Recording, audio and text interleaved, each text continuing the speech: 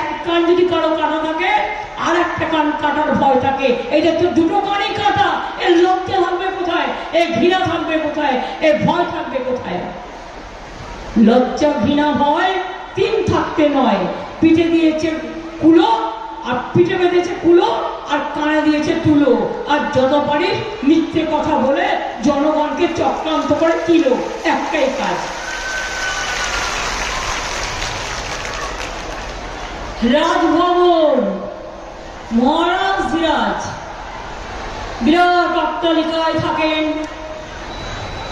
কখনো সখনো তার দেখা মেলে।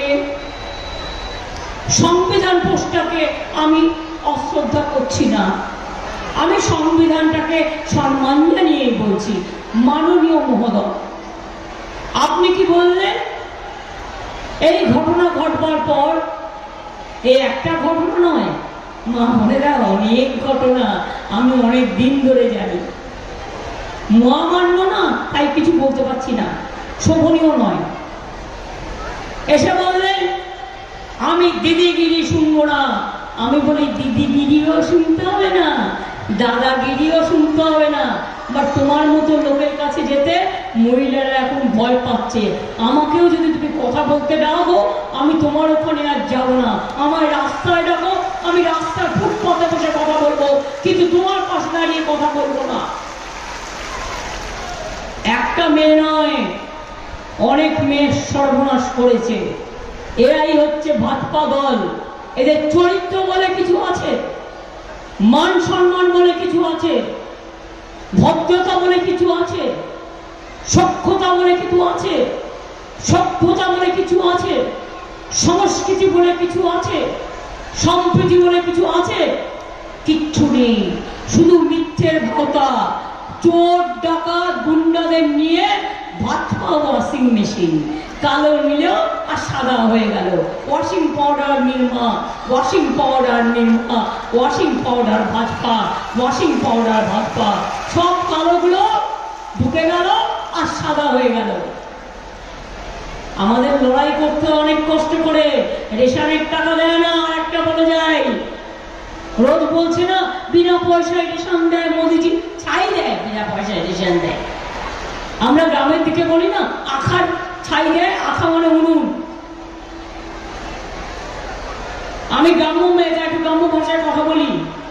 আখার ছাই দিয়েছে গত 2 বছর। আপনাদের হিসেব দিন, 9 কোটি লোককে আমরা বিনা পয়সায় রেশন দিই। কারণ আমরা বলেছিলাম আমরা লক্ষ্মীর ভান্ডার দেব, আমরা বিনা পয়সায় রেশন দেব, আমরা স্বাস্থ্যসাথী কার্ড করব, আমরা স্মার্ট কার্ড করব, করেছি। কৃষক ভাতা দেবো 10,000 টাকা দিই আমরা। এবার বলুন তো রেশনে কত টাকা লাগে বছরে? 16,000 কোটি টাকা। ভাজপার একটা বিজেপির নেতা বলে কিনা 3 মাস বাদে এরা হারলে সব বন্ধ করে দেবো। আমি ক্ষমতা থাকলে হাত দিয়ে দেখিস, ক্ষমতা থাকলে মায়ের আঁচলে হাত দিয়ে দেখিস, আর মা লক্ষ্মী মাদার আম্মা এদের ছুঁয়ে দেখিস। তারপরে কিভাবে দিতে হয় আমরাও জানি। আমরা রান্না বান্নাও করতে জানি, আমরা খুন্তি হাতাও ধরতে জানি। এসব মাথায় রেখো।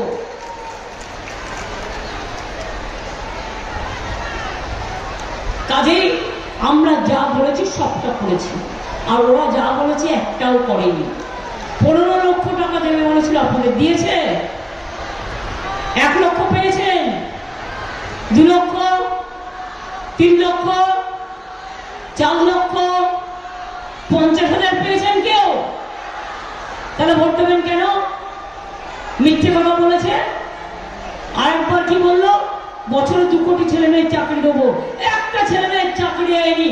উপরন্ত আমাদের 26,000 টিচারের একদম চাকরি খেয়ে নিতে গিয়েছিল। মানুষ খেকো বাঘের কথা শুনেছেন, চাকরি খেকো বাঘের কথা শুনেছেন?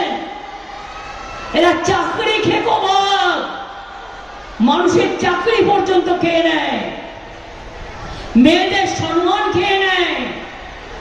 মিথ্যে কথায় জুড়ি নেই। তাই বলেছি, তাই বলি অনেক হয়েছে আর না। বৃষ্টি আসছে, খেলা হবে, খেলা হবে, খেলা হবে ভাইরা, খেলা হবে বোনেরা।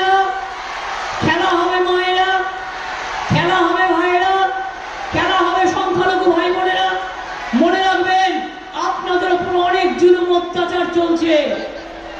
নানা রকম ভাবে এনআরসি করতে চান না। এনআরসি আমি করতে দেব না, কে করতে দেব না, ইউনিফর্ম সিভিল কোড করতে দেব না। বাংলায় সবার অধিকার থাকবে, আমরা সবাই নাগরিক, আমরা একসাথে থাকবো, হিন্দু মুসলিম শিখ ইসাই আমার ভাতৃসম।